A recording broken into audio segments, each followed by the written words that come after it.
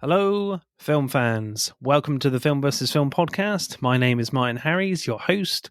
I'm a filmmaker on occasion, but mainly can't stop yapping about movies. On this podcast, every episode I pick a topic from a film that's coming out at the cinema or on streaming. I pick a favourite film from that topic and battle it out against a guest to decide which film will become the greatest film of all time. If you enjoy this podcast, please leave us a 5-star review and subscribe. Please enjoy part 1.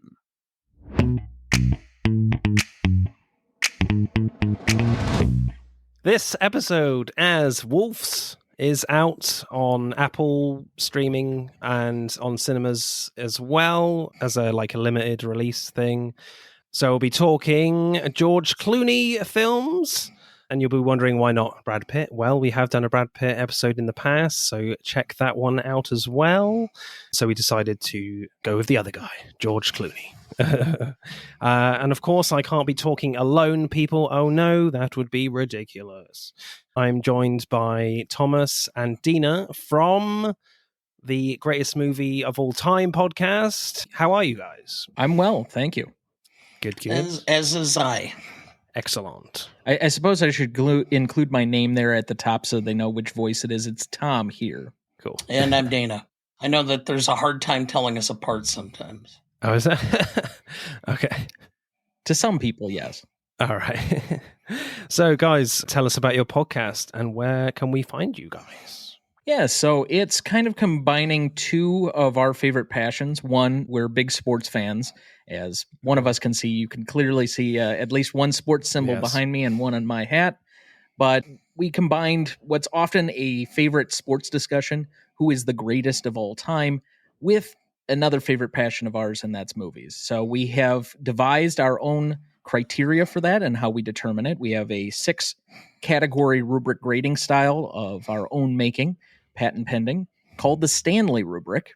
And we grade movies one a week. We've been going this is season 5, so almost a 4.5-year span at this point. I think we will be recording our 228th episode tomorrow, a revisit of The Shawshank Redemption, as the 30th anniversary is this month. And we will be, I think that's going to be like our 205th different movie that we've covered on the show, but we have a master grading list right now of movies that we've graded on this scale, and currently the top 2, I believe, are The Dark Knight and Jaws. Oh, wow. That's cool. Yeah, wow, you're going for a long time. Yeah, I'm coming up nearly 4 years as well in November, so yeah, it's great that you guys are carrying on and keep going strong, which is great to hear. Yeah, a lot of us, I think, created stuff out of the pandemic when we just had nothing else to do, and so then just kept carrying it forward. And somehow I'm managing to still do this while working full-time and going to law school part-time. So that's been a challenge. But to answer your other question, you can find us on all major podcast platforms. We also now have, at least of this summer, started to record all of our episodes on video and put that up on YouTube. So youtube.com/@GMOAT podcast, GMOAT. And we're also on all of the major social media platforms, Twitter, Instagram, TikTok, Letterboxd, and such @GMOAT podcast. So pretty easy to find us. Yeah, I mean, Jaws and The Dark Knight. I don't think we've ever talked about The Dark Knight, actually, weirdly. I think it's because it's always very much talked about all the time, so we've always sort of purposely avoided that and picked other DC and Batman films. But we have talked about Jaws, and that's always been very high up on our lists, on our leaderboards. I think the highest film we've ever scored is There Will Be Blood. Okay. Paul Thomas Anderson, sure. That's the highest score we've ever given, I think. Mainly because my old co-host was obsessed with that film. So, I mean, he could have easily just given all 3 categories 10s. So I tried hard to pick holes with the very, very small holes that film has. So, Wolves is out, guys. What do we make of this one? So this one's directed by John Watts, who did the most recent Spider-Man films. So I guess he's just been given like all the money in the world and just been like, okay, he can do what he wants now.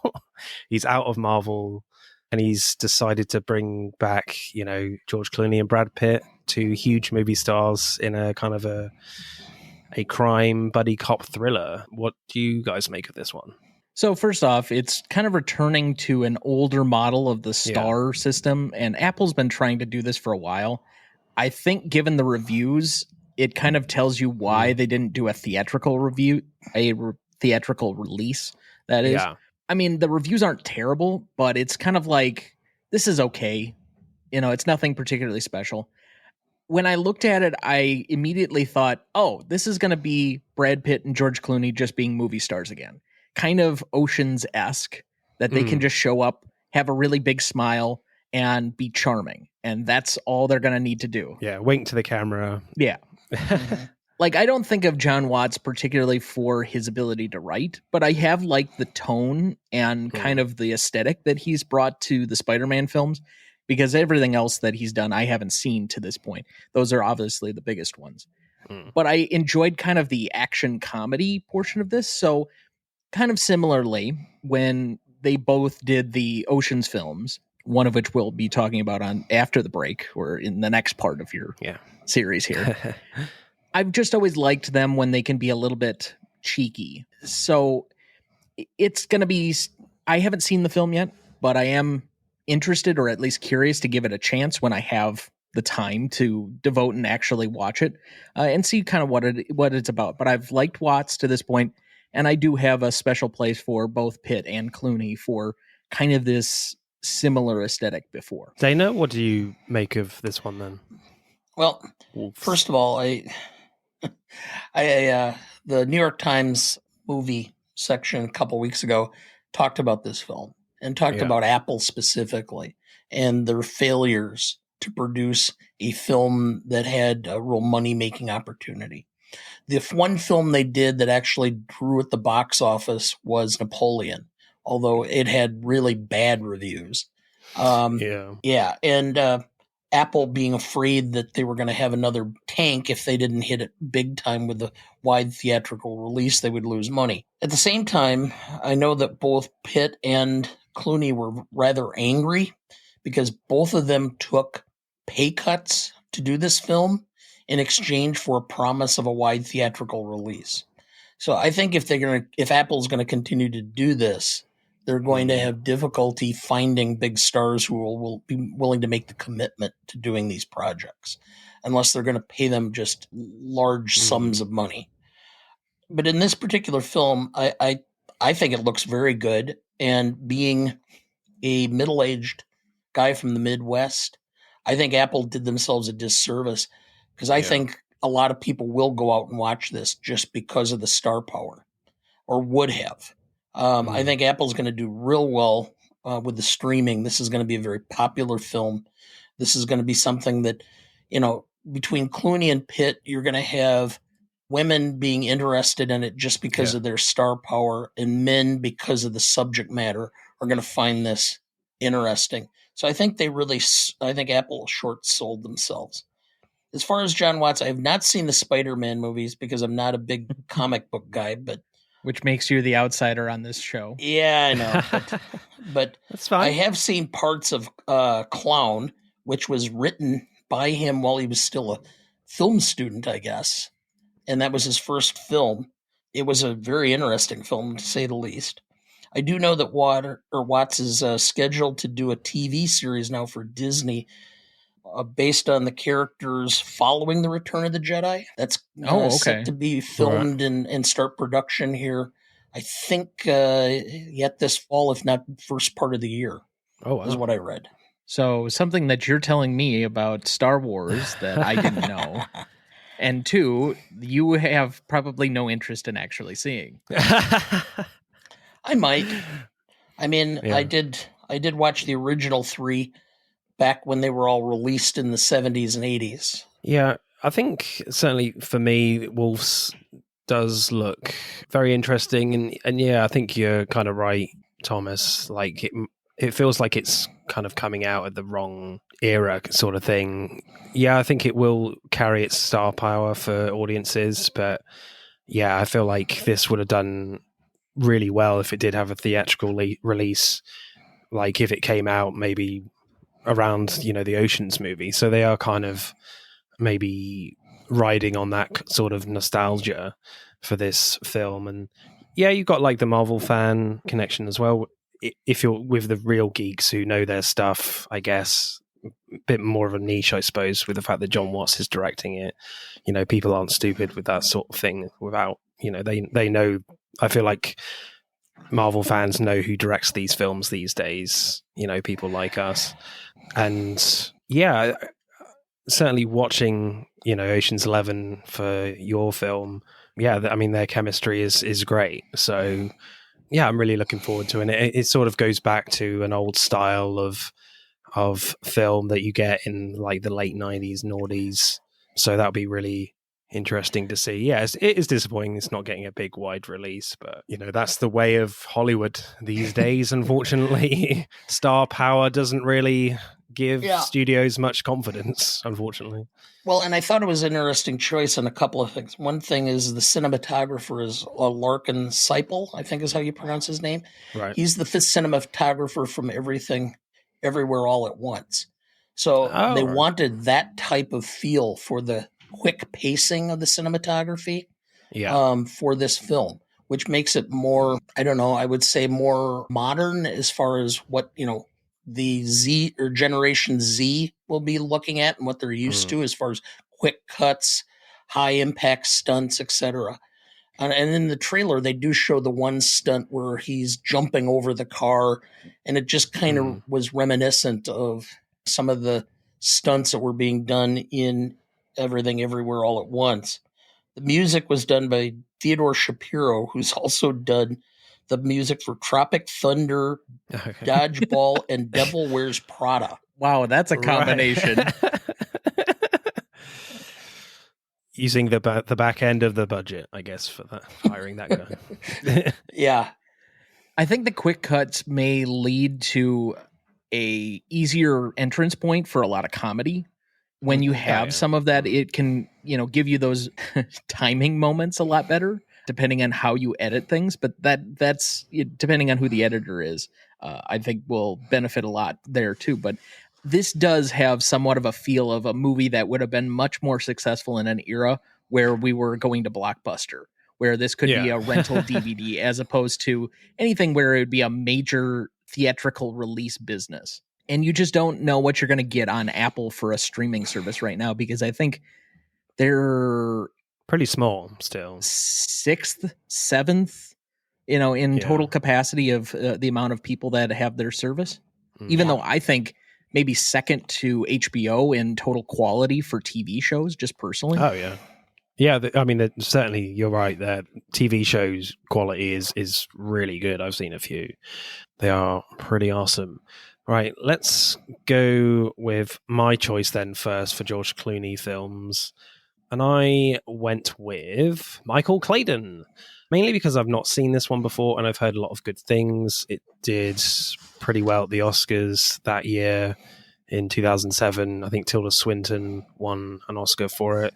George Clooney was nominated.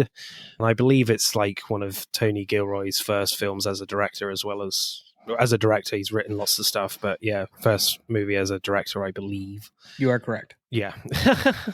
Thanks for clarifying. So other films in contention for me, like we have actually covered quite a few Clooney films in the past, like Gravity. I do like that one. Oh Brother, Where Art Thou? We did that last year. Definitely Clooney showing off his comedy chops in that one. Hail Caesar, I didn't consider because it's not very good. I actually really like that one. So really? I'll be a defender there. Oh, fair enough. Maybe I need to see it again. To each their own. I mean, there's a reason it's sub 50 on Rotten Tomatoes. Okay.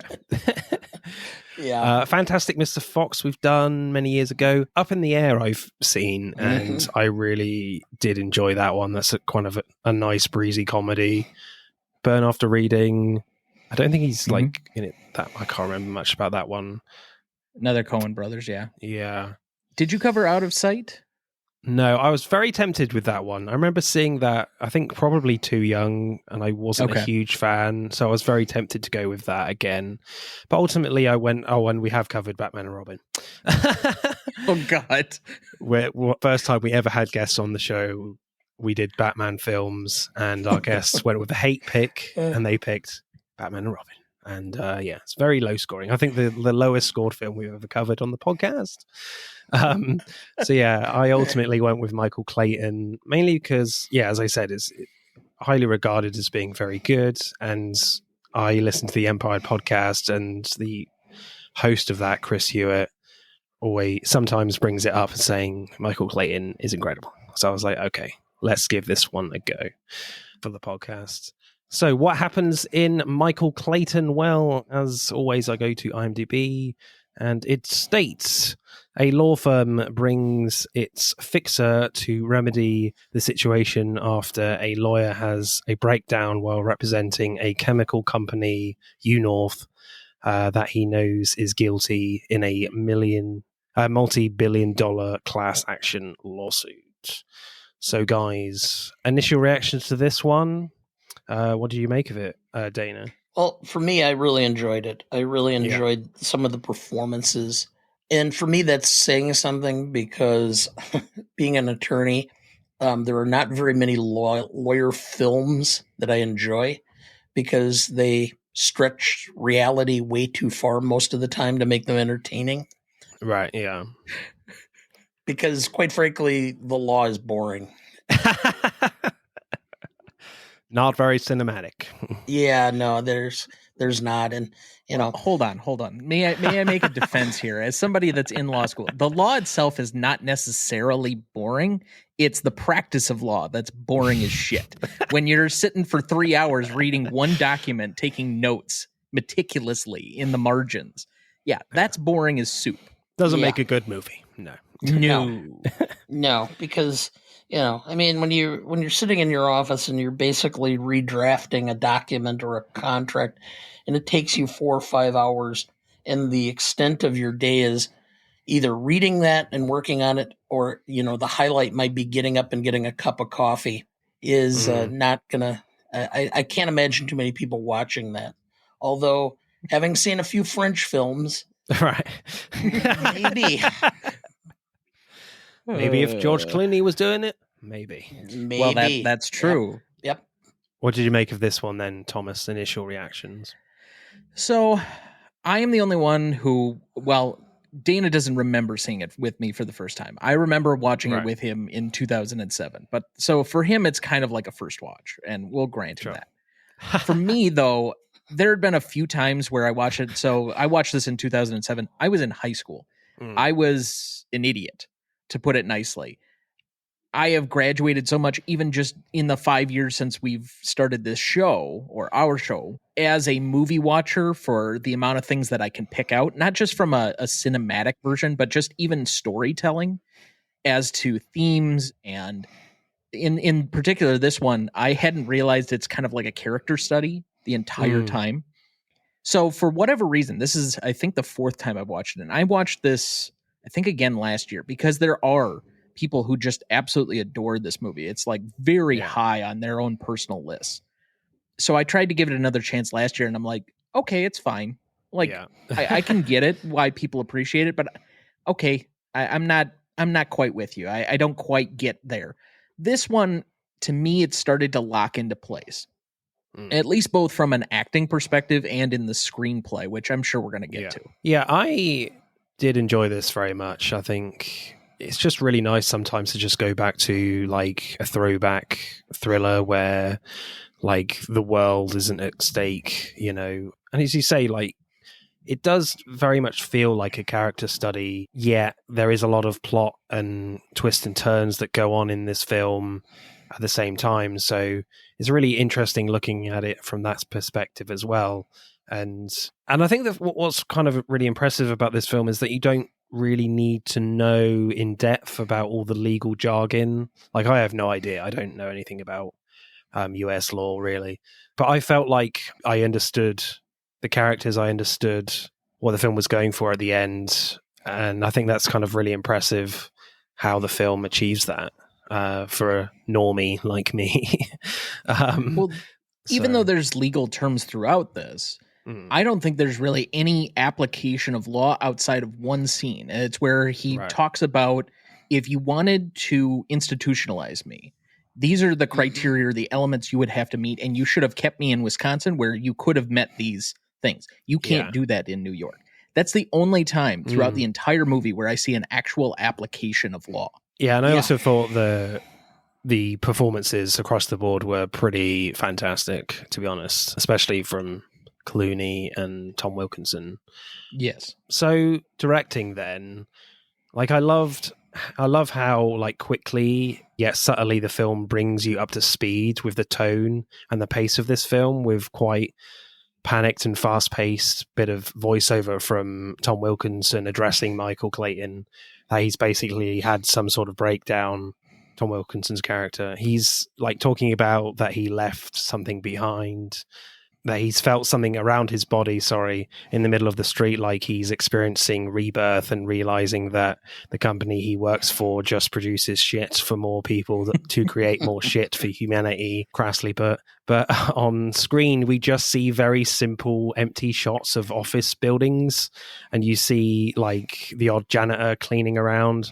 So the passion of Wilkinson's voiceover just doesn't match up with what we're seeing. So then someone brings in some like documents to a very busy room of people. So I like how the film sort of eases you in, yet makes you really concentrate on what Wilkinson is saying. So just a really interesting contrast of intensity with the voiceover, and yet it's so calm with what we're seeing on screen in that opening. Yeah, it's just a really interesting way the film starts to kind of ease you into this world, sort of thing. The one thing I thought Gilroy, as the screenwriter, did a phenomenal job is that if you were to say that there are basically 5 archetypes of a lawyer, at least in the United States, and I can't speak of elsewhere, he covered 4 of them dead on. Okay, you have Sidney Pollack as the senior partner, who's always looking at the big picture and is worried about the firm more than actually application of the law. You have Tilda Swinton, who is the corporate lawyer, the chameleon, who fits within the stereotype of what you need at that particular moment. Michael O'Keefe is the managing partner, the guy who's always into the nickels and dimes and worrying about money in every aspect of it. Yeah. And then Wilkinson is the trial lawyer, the guy who thinks quickly on his feet. And you can tell that he thinks quickly on his feet, even with him in a manic phase. He escapes. He's able to get back to New York from Milwaukee. He's able to set things up. He's all that. The only one that's really missing is the guy who's the introvert lawyer, the guy who's spending all of his time working on a contract document. So otherwise they have basically 4 of the 5 archetypes, and they hit it right on. Awesome. I would say where this movie really starts for me is when he gets in the car and he's going out to that one guy who hit the, I don't know, is it a biker, a jogger, whatever it is. Yep. Yeah. And you kind of see the exchange between the two. And you know that he's seething inside because you could just see it on his face. And you know this is a different type of movie at that point. But when the guy's basically dressing him down, and anyone who's worked in law kind of knows the approximate thing of any client who's going to dress you down and basically say, you suck at your job and here's why. And then you're like, dude, you don't know jack shit about the actual practice of law. Here's why X, Y, and Z. This is what you're actually looking at. So back off. You need to get off of my case. Gilroy does such a great job in that scene of just, even though that guy's really pissed off at Clooney's character, Michael Clayton, like you still feel like Clooney, even though he feels very like worn down and distressed with his whole situation, even though you don't really necessarily realize the extent of it at this moment in the film. Yet you still feel like he is in control of this situation, even though this guy is giving him loads of shit. So I think Tony Gilroy does a great job in terms of the direction of establishing Clooney is still in control, even though there's some great contrast there with his performance, to say otherwise. The thing that really stood out for me in that particular scene is, even though you can see it on his face, he has a composure yet to the entire moment, because even at the end of it, when the phone starts ringing, I suppose that's the police. No, they don't call. Yeah. Mm-hmm. You call them. Yeah, everything he said in that scene was correct, which is, when it's a hit and run like that, it's real easy for the police officers to do it because there's no real, urgency. It's not like this person is going to be out hitting other people. So they can take their time, and they will. I mean, the ability that they have to match paint samples anymore is overwhelming. And even this film, being as old as it is, even more recent, there are so many cameras, between Ring cameras that we have in the United States and surveillance cameras and such. The chances are probably better than 50-50 if something like this were to happen now for it to be on a surveillance camera. And so they will be able to track you down relatively quickly. So it's the key part he did was his ability to come into a situation, quickly analyze it, and to think clearly and rationally as to what the result will likely be. You don't even need to go to the presence of like a Ring doorbell camera or something to that effect. This is like what is the term you always like to use? Yuppie neighborhood. They're going to have like neighborhood watch cameras. Yeah. Yep. So for me, I think the film is pretty simply directed by Tony Gilroy. I don't think he does anything particularly fancy, and I think that's always the best way to go in most of the time when you're dealing with these types of thrillers, these legal thrillers, political thrillers. But there's definitely some skill in what Gilroy puts in the frame and what he hides for like a cool reveal. Like there's a few little subtle scenes where he's pretty good at that, in my opinion. Like near the start where he introduces George Clooney as Michael Clayton, like the camera sort of just swings around to introduce him when you think we've seen everyone at that card table. Then when Tom Wilkinson goes missing in that hotel and Clooney is trying to like find him in his room, like the last place he looks is seeing the note on the wall when you think he's searched everywhere. So that was quite nicely disguised by Gilroy.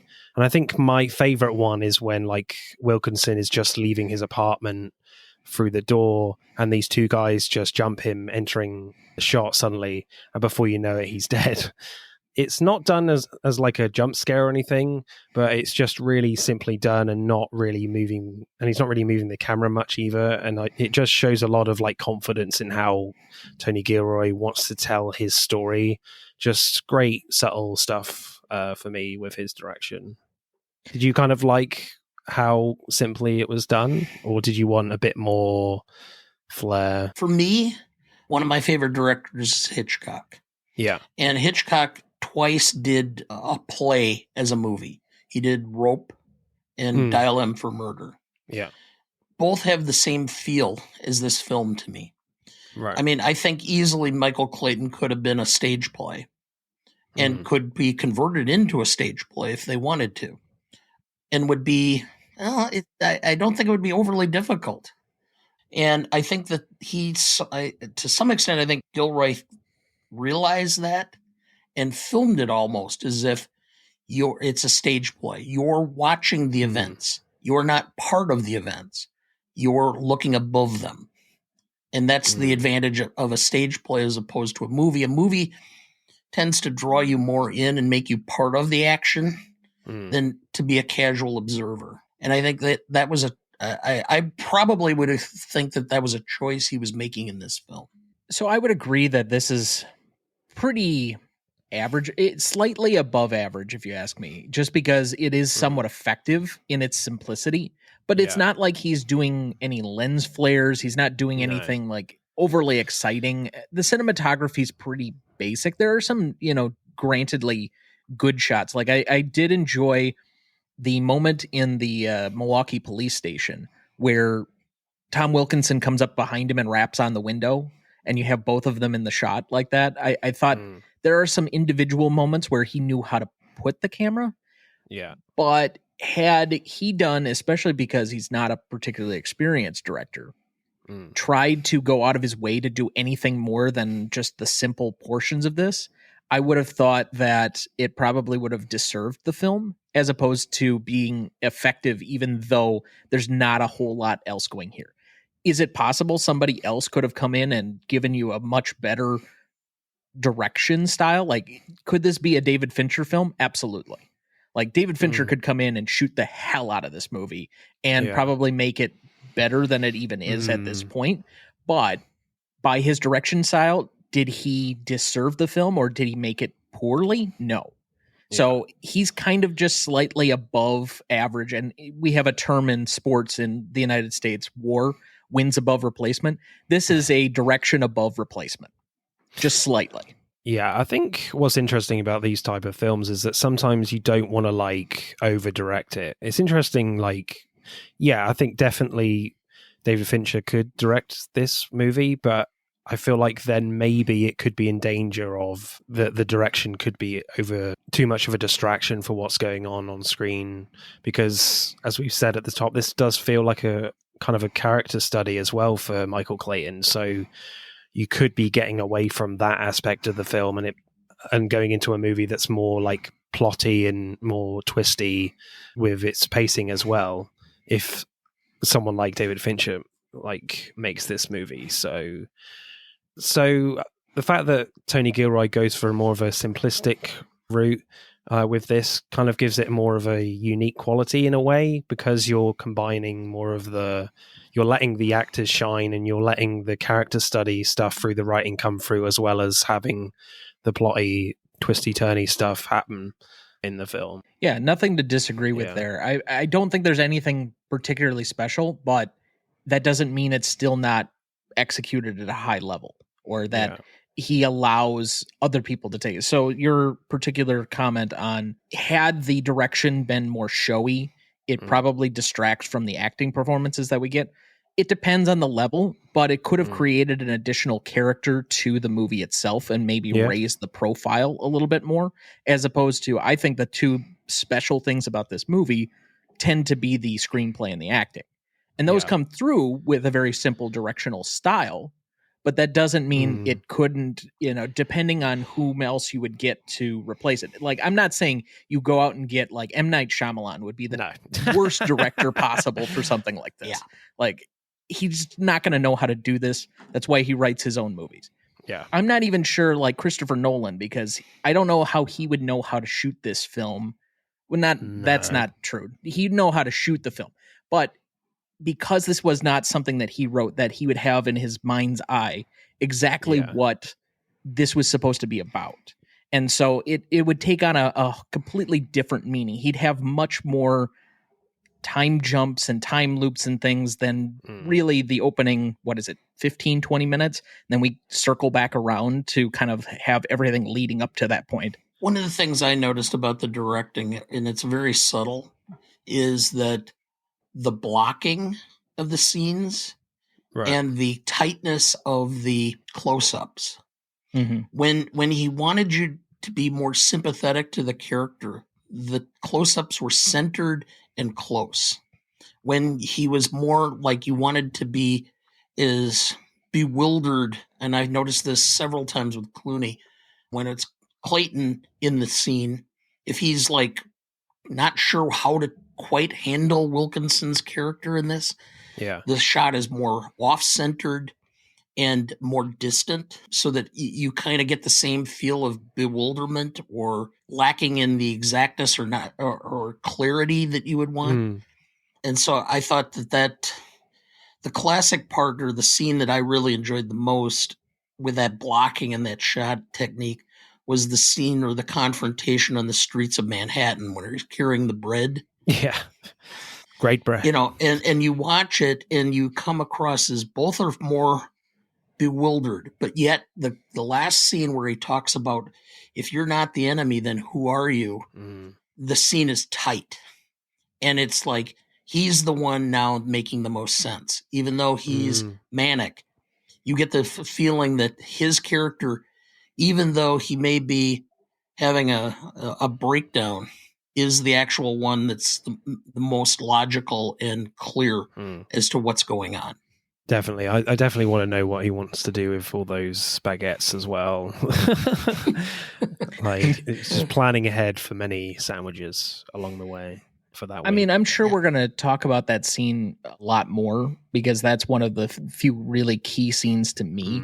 But there is a switch flipped moment for Wilkinson where he seems to have this like level of clarity, and all of a sudden all this manicness seems to disappear. He goes back into lawyer mode, and then that's how it wraps up. But I will say a couple of other ones that stood out to me as far as just directional moments. Have you got a favorite? I'm still not sure what to make of the final shot in the cab. Right. Where it's just lingering with the credits for like 2 or 3 minutes. And what that exactly is supposed to represent. I know a lot of people love that. Mine, if I were to pick one out, is probably the shot where he turns around on Tilda Swinton's character, Karen, I think it is. Yeah. And he's leaving her in the dust. The guy's chasing after him. Stop that guy. And we just get this long walk down the hallway as she's collapsed on the floor in behind him. And they're like, she needs medical care. Yeah. And he turns over the tape. Yeah. To me, that one was the best like single moment because you have such a broad separation between the two at that moment. I think for me, like my favorite scene, it was difficult, but I think from a directional point of view, my favorite scene is that when we have this very like calm scene with like Michael Clayton at the start with the horses, and there's no real context to it at all, and yet it doesn't feel out of place in the movie even at that point in the film for me. But then you have that explosion from his car out of nowhere. Then when we get to the end of the film, we have this sort of false tension when the two hitmen guys that work for UNorth are like failing to try and catch up with Michael Clayton in his car, and they lose him, and it's directed in like a fast, tense scene. So we, the audience, feel very like separated from the action as we know what's going to happen. But we don't know what's going to happen from these guys' perspective. What does it mean for them? Like, we kind of know that they've certainly fucked up. So it sort of almost plays out like we're watching like a wild goose chase in a way. You know, there's a little bit of like humor in there for me because we know that they're going to fail.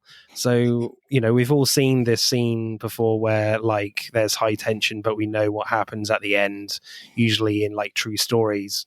But we're like following like the hero story in those type of films. Like here, it's the bad guys, which definitely gives this type of scene like a very different feel. So I found that fascinating to watch how that was kind of playing out for me. Have you got a favorite scene for you, Dana? I like the Manhattan scene very well. And the last scene, the one that Tom was talking about, him in the taxi. Okay. Yeah. The whole point, I think, of him walking away and walking that distance away was basically symbolism of he's now going to leave his life behind. Everything he has done professionally is gone now, because you can't do that to a client, even if they do try to kill you and hope to survive, because no one will trust you in the future. And I think the scene in the cab is him now realizing he has no idea of where he's going. And so the symbolism is that he's now try to drive around and figure out what his next move is going to be, because he's one of these guys who has always had another move or two lined up. He never did anything casually. Even when he's investing in the restaurant, he makes comments about, it was my exit strategy. Okay. So he's even got that planned. And then whenever something went out of kilter, it set him into a tailspin. When his brother ends up failing because of his addictions, you know, that was unexpected. Now he's stuck.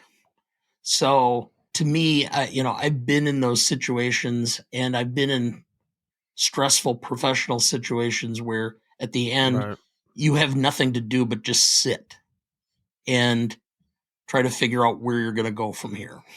So that would be my runner-up, because I think that really said a lot. So direction score for you guys, what you going for? I had this at a 6, Dad. What do you think? I had 6.5. Okay. So 6.2? Sure, that works. Okay. Yeah. Okay. I would say that's fairly low. Did you have a few issues then with the direction of this film?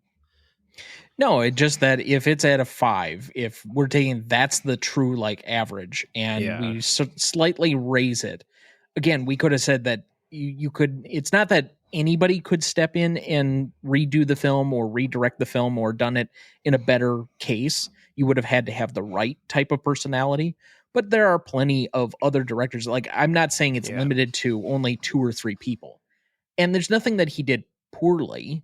It's just nothing that really elevated the film for me in addition to that. So by that standard, I'm taking it just slightly above average. If I were going to grade this as a screenplay, I would say the writing itself would probably be closer to an 8 because of the character development. I think that's where the heart of this film rests, not in the direction per se. You are jumping the line, my friend. Yeah, we'll get to that. Don't worry. Yes. So for me, direction-wise, I really liked it. I do like the simplicity of it, and I think some of the reveals from Tony Gilroy I really enjoyed. Just like how Tony Gilroy is very aware of how he's using the frame and the blocking of all the characters and in relation to the frame. I did enjoy that stuff. And yeah, but as you say, Thomas, like there's nothing too fancy here really to really elevate it to be something really special to make it, as you kind of maybe was trying to say with like, if David Fincher was here, like this could be something really special behind the camera. So like, I'll probably go like a 7.7. Okay. To me, somewhat, I think it's Gilroy's first film. And I think it was almost like him saying, okay, I'm just going to do this as vanilla as I possibly can so I don't screw it up. Play it safe. Okay. I'm going to put a few flares in here or there to make it show, something a little different. But I'm going to spend most of my time, with the screenplay itself and with what was the character development. And I'm just going to show that I'm competent to direct a film. There are plenty of directors who write their own material because they have an idea of what they want to do, both on a visual style as well as what's on the page. And that has worked fairly well. But when you're primarily a screenwriter and you're trying to cross over in direction, I just haven't seen one where it makes a whole lot of sense because they know how to place a camera and do something. And to me, this is kind of reminiscent of like the last couple of directorial movies from Aaron Sorkin. Great writer, but he's kind of vanilla behind the camera. Still finding his feet behind the camera. Yeah. Mm-hmm. So screenplay then. I love the little scene near the beginning where like Clooney has just visited a client in trouble after like a hit and run, as we've talked about a little bit.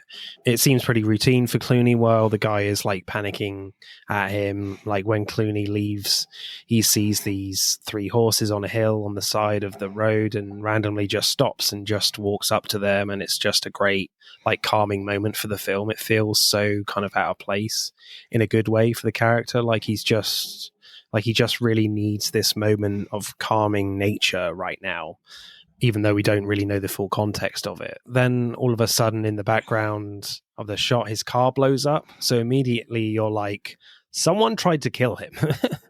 And you get this sense from the beginning that the film could be very complicated in terms of like the legality of everything, etc.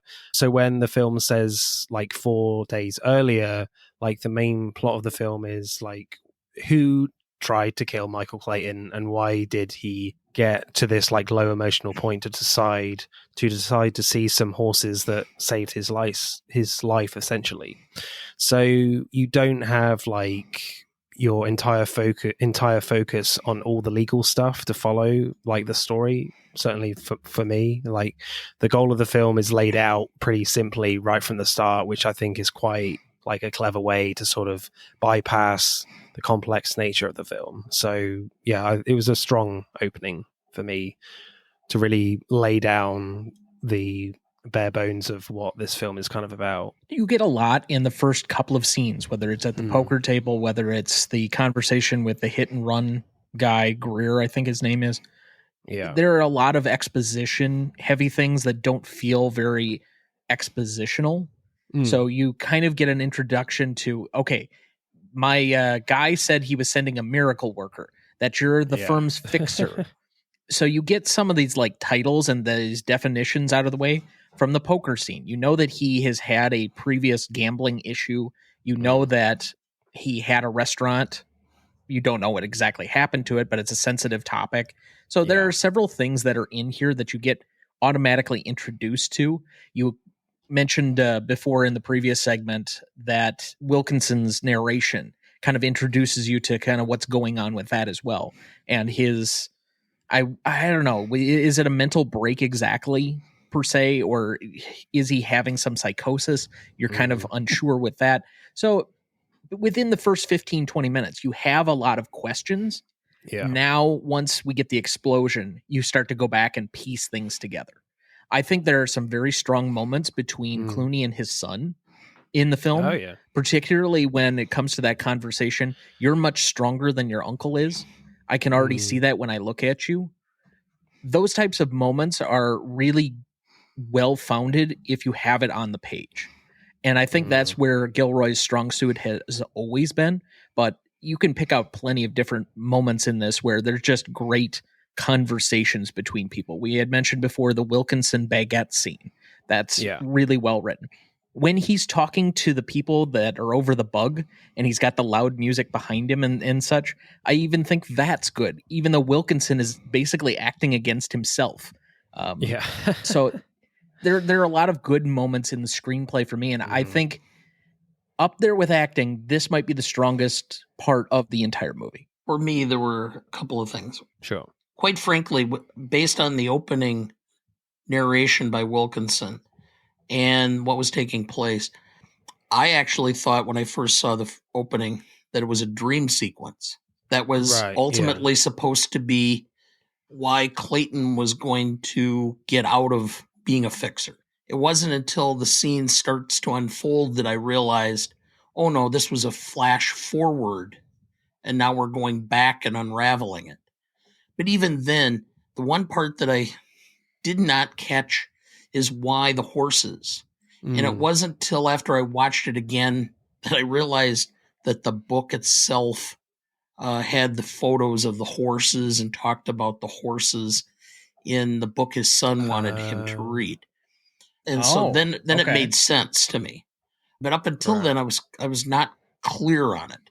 And it did raise a few points. One was originally I'm like, well, why would Tilda Swinton's character be so stupid as to say that? And then it dawned on me, oh yeah, a lot of lawyers, even people who are in big high positions, are really not that bright.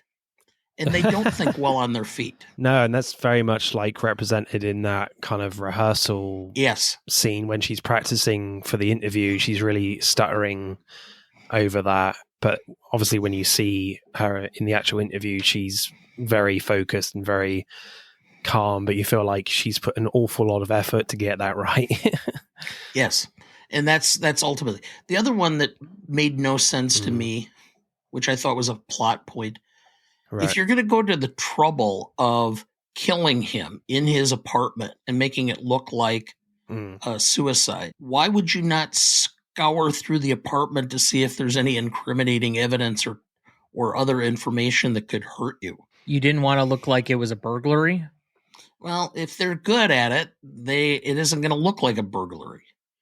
I mean, you're going to look around to see if he's potentially made notes about things he was going to say or do so that it would question whether there was a homicide or it was a suicide. Leaving the book, which was clearly right prominent in the room with the stuff in it, including the receipt. I also have questions about how they killed him as well, because they put a lethal injection in between his toes. And I would have thought in an autopsy or whatever, they would have, found that prick point from the needle, I would have thought. So I would have thought maybe they would have used some sort of, well, I don't know. There's enough chemicals that can be cycled through the body that don't show up necessarily on an autopsy, 1. And 2, by doing it between the toes, it's not an obvious place. But you would have thought they would find it, though, that wound. But... It depends on what they're looking for. Right. What tends to happen in an autopsy is the police do an initial report, and that's sent to the coroner, who then processes it, because the coroner does not do the autopsy generally. It's usually a forensic pathologist who does it. And they're given a set of instructions. Look for the following. Is this consistent with what we're finding of a potential suicide? And so they're not going to spend tons of time like combing through the body for little needle pricks in between the toes, unless they think there was a potential for a homicide. Okay. And that's what they're banking on, is that no one's going to question this because of his mental state and the fact that they have drugs laying all over the place. And what they gave him was a lethal dose of the drugs he was already on. Right. Yeah. So for me, I think what's interesting about the film is that all the parties in this film who have like big resources and seem to give off like high intelligence and are dealing with like a really difficult situation of which they have no real idea how they can solve it. Like Tom Wilkinson's character Arthur, a lawyer, defending a chemical company, UNOR, from a long-standing lawsuit, goes completely off the rails and is very like mentally ill. Michael Clayton is trying to get through to him and yet is like questioning what side he's really on as well. Like UNOR and Tilda Swinton's character has these two guys, as we've said, like watch Arthur to keep tabs on him, and they don't seem to be very effective, in my opinion. Like, so the story feels like the focus is completely on Arthur, and everyone is just trying to react to what like crazy thing he does next.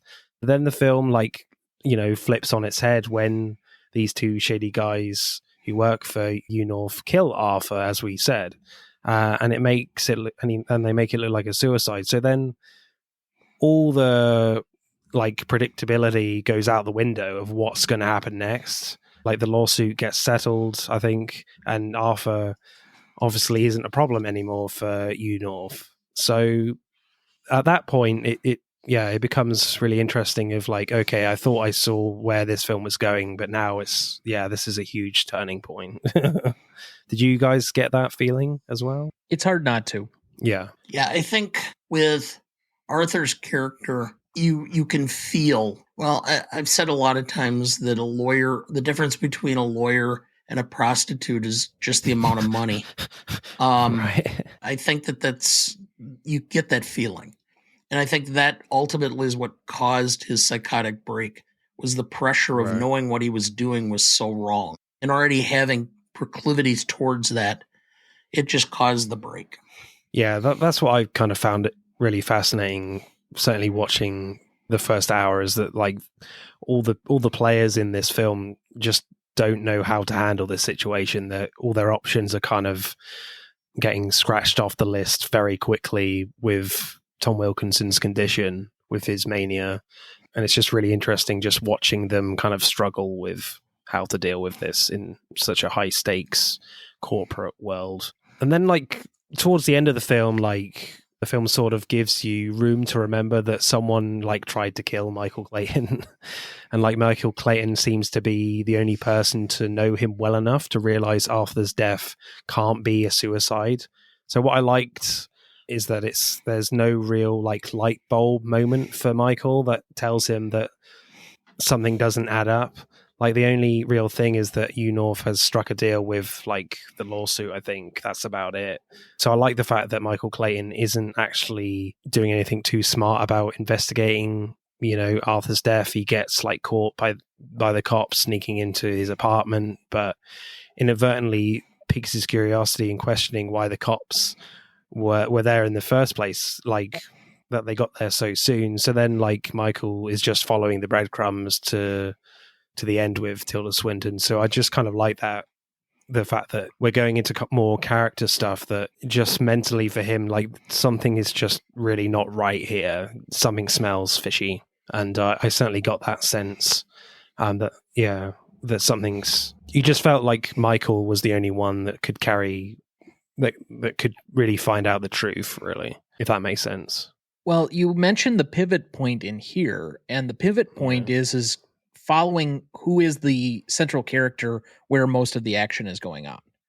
In the first 2/3 of the movie, 3/4, somewhere in there, it's Tom Wilkinson, and to a lesser extent, it's Tilda Swinton's character.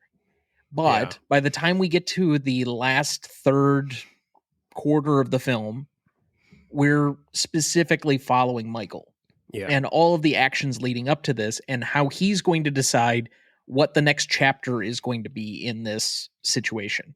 One, we get the guys following him and whether he gets killed. So you have the kind of thrills of that.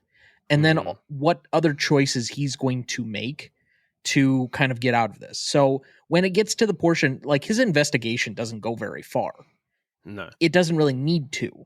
He gets a copy of the thing at the copy shop or whatever it is, and he meets with the one girl. That's enough for them to want to kill him.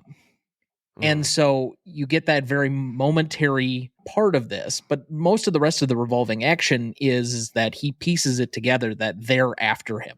He knows that up until this point, Arthur has been right. And so he puts the pieces together and frames her, essentially, or puts her in a position to compromise herself. And that's your ending. And it happens very quickly. He realizes it instantaneously because as soon as that car blows up, he's throwing his wallet, his watch, everything into the car, his phone, so that it clearly shows that he's dead, so that he has time to react and think this through, how he's going to handle it. But when I'm watching this and I'm thinking about it and how it works, it's almost like watching Don Quixote because with Michael Clayton being Sancho Panza, the person trying to bring him back into reality, and yet he continues to chase windmills. And then the last scene of the play or the musical Man of La Mancha is him talking to him while he's in prison, where he's been in prison for doing it, and then convincing him he was right all along anyway.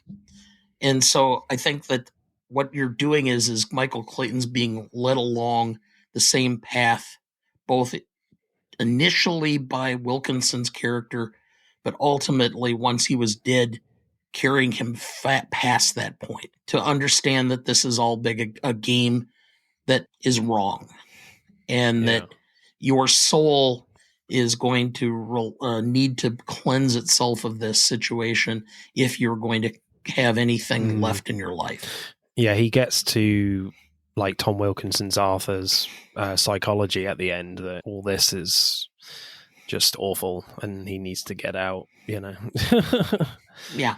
So, interesting lines, funny lines. I've got a few. I'm not a miracle worker. I'm a janitor. The math on this is simple. The smaller the mess, the easier it is for me to clean up. I quite like that one. Yeah, that's one that sticks out definitely because it's going to the character. I had the one that Dad had already mentioned.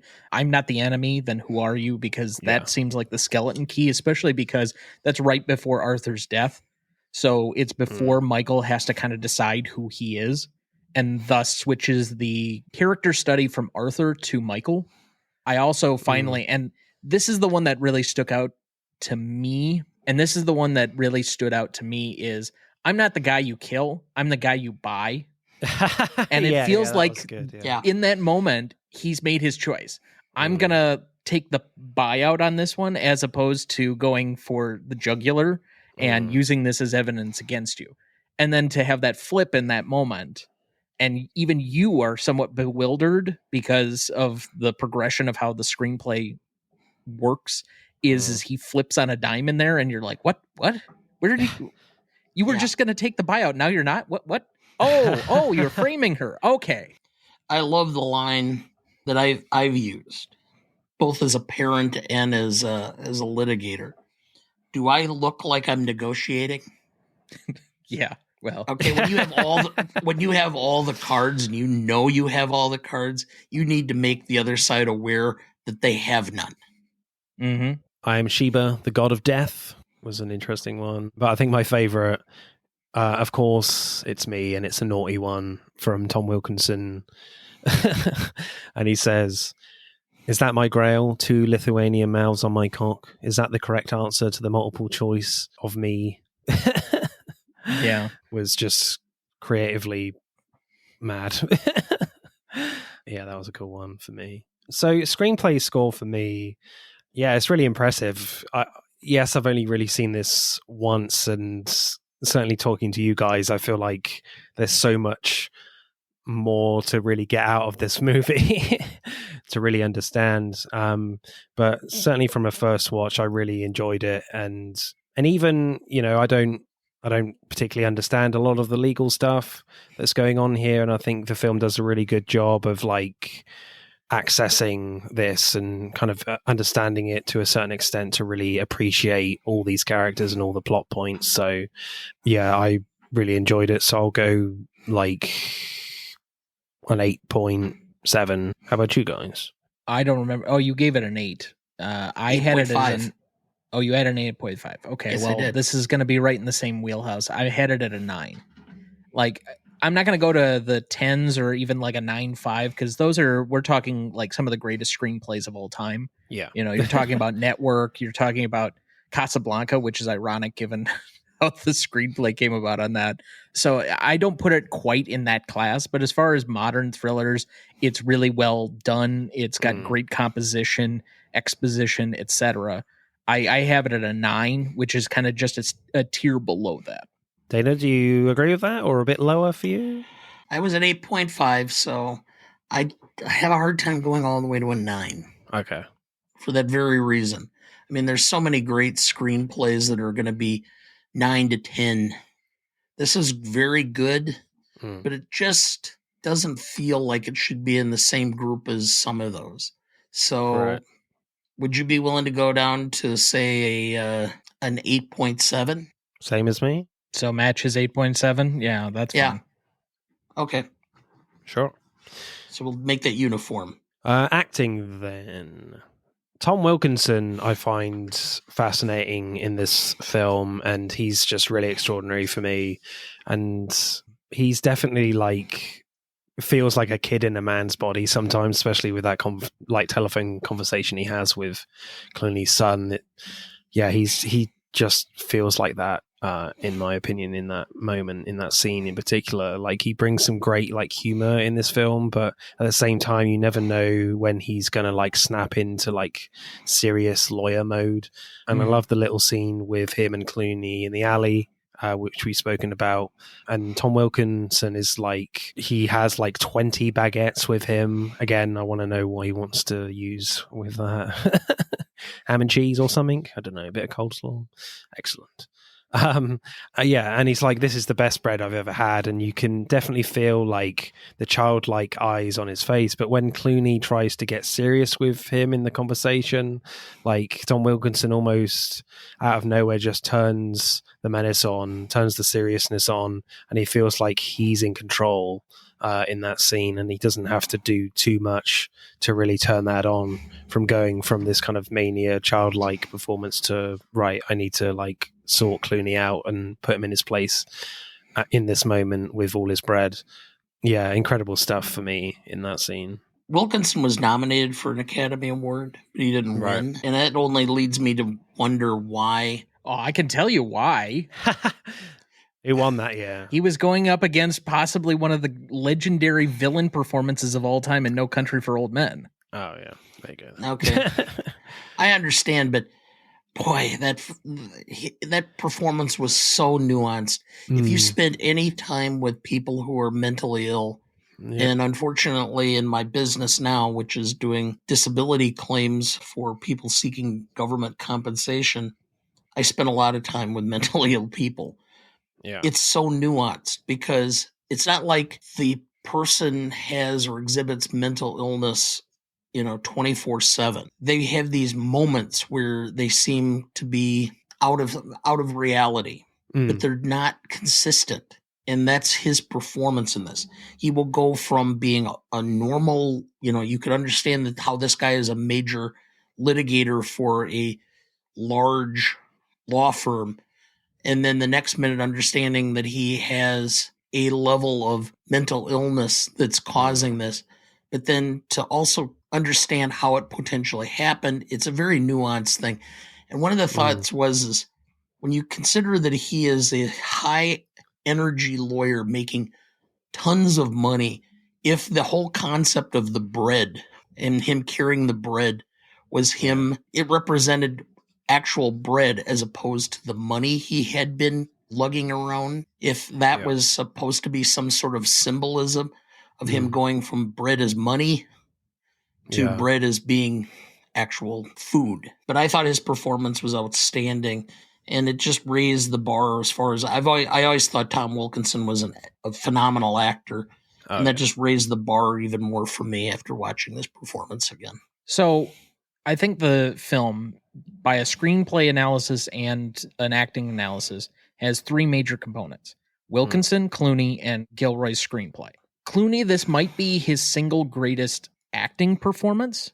And I say that knowing that I love several of his movies, but a lot of his movies are based on his charisma. This is the most stripped down, lacking in charisma performance that he's ever had to give. Oh, yeah. There is almost no point in this film where he is getting away with a smile. Nothing that he's doing as a fixer has anything to do with him being charming or anything else, but rather his relationships that he's built up and his knowledge and experience. And so by that standpoint, even Up in the Air, there's a lot of layers to that character, but he still is able to give a certain level of charisma to get him through some of the minor weakness of where he's at in that movie. A lot of his performances are based on, I'm George Clooney, I know I'm good looking, you know I'm good looking. Watch my movie. And I'm just really charming. And you kind of get that with all the Ocean's movies. Like, he doesn't have to act a ton in those movies. He can just show up and be George Clooney. Yeah. In this one, he had to do a job. And I would say this is the closest he's probably come to getting an Oscar for a lead performance. He obviously got one for Syriana. Not entirely certain why, now having revisited that entire year for the 2005 version of the Revisionist Almanac. But, it's going to be in the same ballpark for that. The problem with both Wilkinson, who I also think that might be the single best performance of his career in a career of really good character performances. He's been nominated several times, the late, great Tom Wilkinson. But he's going against Javier Bardem, who is and that hair, seminal performance. Yeah. And George Clooney's going against Daniel Day-Lewis for There Will Be Blood. Yeah. So that's a strong year. Yeah. It would have been really difficult to overcome two potentially legendary performances in that year for either of them to actually win. This is one where you're like, oh man, any other year type of situation. Nailed on, yeah. Tilda Swinton kind of gets that. Like, I actually think she's the weak link of the three main characters in here. That wins an Oscar. But she wins an Oscar partly on the standpoint that there really wasn't anybody else of great note in that particular year. Yeah. So while I love Tilda Swinton, I don't think that this is like one of her great performances. No. It kind of feels like Leo in The Revenant to me. Like, she probably was the best in that year, but it's not one of her best performances. Yeah, and she's really not in it that much, really, compared to like Clooney and Wilkinson and some of the other, like Sidney Pollack as well. It feels like, because it's not a particularly very showy performance as well. I feel like she won the Oscar for that last scene with George Clooney and that kind of interview scene she has, and yet where it's intercut with her like practicing. That's how she won the Oscar for the film. Well, what fits her character and what she's done and based a career off of is being very cold, very calculating, very ruthless. And this is incredibly against type for her career. So maybe by doing that, I don't think she's bad. No. But comparative to what I think are all-star performances, she's definitely third banana by a good margin for me. And I agree with what you're saying about George Clooney. Like, he's definitely leaving like George Clooney the star at the door here, and really stripping down all that stuff and really just trying to like get to the center of who this character is. It kind of reminds me of what Robert Downey Jr. did with his role in Oppenheimer. Like, a lot of his charisma is very much stripped away for that performance in that film. I think my favorite little bit from George Clooney is that last, shot in the cab from George Clooney at the very end. And it kind of sort of reminded me a little bit of the end of Pearl, with Maya Goff smiling over the credits a little bit. Certainly, yeah. But here it's way more subtle with George Clooney. And when he gets in the cab, he says, "Give me $50 worth, just drive." And it feels like he goes from looking like he's still a little bit scared to sort of relaxing into his chair, to having this sort of upset relief that it's all over. Towards the end of the shot, there's the smallest of smiles, like he's glad he's taken down this company. Like, great piece of acting from him at the end. And for sure my favorite performance. Ultimately, the Clooney's performance brings in the concept, and I guess I'll quote Oscar Wilde, men living quiet lives of desperation. I think that's what his performance to me is he throughout it showed the tortured soul that he was, that he unsure about his finances, unsure about his career, unsure about his relationship with his ex-wife and son. Everything he had seemed to crumble around him, and he's questioning in his own life, what was the whole point? And I feel like you get all that in that last shot, just on his face. Is George Clooney your favorite performance as well, Dana? I would probably say so, simply because he had the most, although, boy, it's 1 and 1A for me with Wilkinson because of the subtlety of his performance with him. I don't know if he spent time studying mental illness or how he did it, but it is so spot on with people suffering from a bipolar disorder. And boy, I would have to probably say I would give it a slight edge to Wilkinson because of that, because it was so hard, and it is so easy when you're doing those to make them to do too much, to be over the top and make it a caricature instead of real character. But Clooney really did convey that sense of quiet desperation, though. Favorite performance for you, Thomas? I would have to go with Wilkinson as well. I think his is the higher degree of difficulty for the amount of screen time that he has. I mean, Clooney's probably carrying the film, but Wilkinson has to make such an impression with very limited screen time and be memorable and likable, because he is kind of the sacrificial lamb to the first part of the film, especially with his death being a central plot point in the film. So because of that, I would say that he means more to the film, even though Clooney is carrying the majority of the load. That being said, I don't have Clooney that far behind. Yeah. I think why I went for Clooney is just because I don't often see him like this as well, so stripped down without all that star charisma driving his performance. And I feel like Tom Wilkinson is very capable of getting to this place in this film in terms of his character. I know he's an amazing character actor, whereas you just don't see Clooney in this type of role very often at all. So, acting score, guys, what are you going for? I had it as an 8, Dad. I think it's carried by its 2 lead performances, but because the supporting cast is kind of limited, there isn't a whole lot else that's going on. Like, I don't think that they're bad, but they're just not quite at the level of some of the other ones, and it's not a really rounded cast. I also didn't think Tilda Swinton was particularly great. I have it at an 8, at least, as my opening salvo. I will comment on 2 other performances that I liked. Ken Howard is the head of the company. I always liked him from the days when I saw him on TV.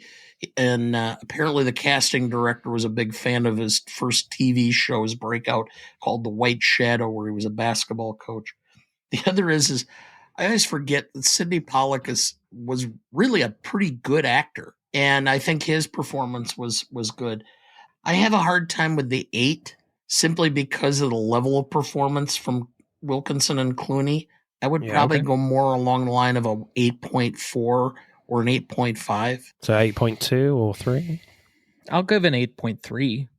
Okay, I'll live with that. Cool. Yeah, I think I agree, Thomas. Like, there's not, like, George Clooney, Wilkinson are incredible. It's definitely some of the best performances of their careers. And you certainly can't say that for Tilda Swinton and like a lot of the other characters in this. They don't have huge roles, but they're servicing the script and doing a great job with that small role. So, yeah, I really liked it. I might go like a solid 9, to be honest, because I just loved Wilkinson and Clooney, to be honest. So. Straight 9 for me. And they had for having, I don't think, ever worked together before. They had a surprisingly good chemistry. Oh, yeah, definitely. Right, let's add up the scores then for Michael Clayton. I'm just glad I don't have to do the math this time. Yep, Michael Clayton gets a very respectable 48.6. Pretty good. So max is 60 points? Yeah, out of 60. Okay. Excellent. That's it for part 1. Thank you for listening. I hope you enjoyed it. Check out part 2 to see who wins. But don't stop there. Get involved and tell me what your favourite films are relating to the episode. Send us a DM or comment on Instagram and TikTok at Film vs. Film Podcast, for X at FVF_podcast. Plus, we are now on YouTube, so hit that like button and comment there. If you do, I'll give you a shout out on the next episode. Remember, please leave us a 5-star review and subscribe. Pod signing off.